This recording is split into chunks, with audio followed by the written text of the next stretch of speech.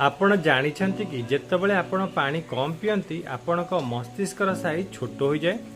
हाँ, आपण ठीक सुनिले, ब्रेन सुखी जाए।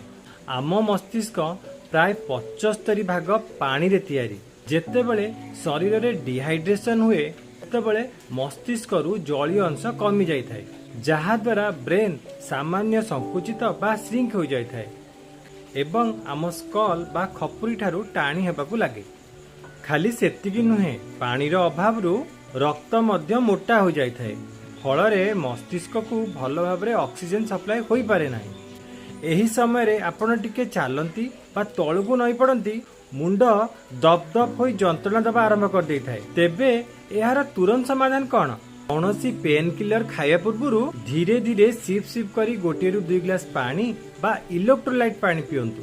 मात्र 30 मिनिट रे आपनका ब्रेन पुणी निज शेप को फेरी आसीबो आउ मुंड बिंदा गायब हो जिवो। आजिठु ही निज शरीर को ठीक भाबे हाइड्रेट रखंतु। एही गुरुत्वपूर्ण सूचनाटी को निजर सांग मानक सहित शेयर करंतु जो माने पानी पीबा को डरि थांते आउ बारंबार माइग्रेन आउ मुंड जंत्रणा पई पेन क्लियर खाई थांती। ब्रेन विथ स्मारक को फॉलो करंतु, निजर इनर एनर्जी को अनलॉक करंतु।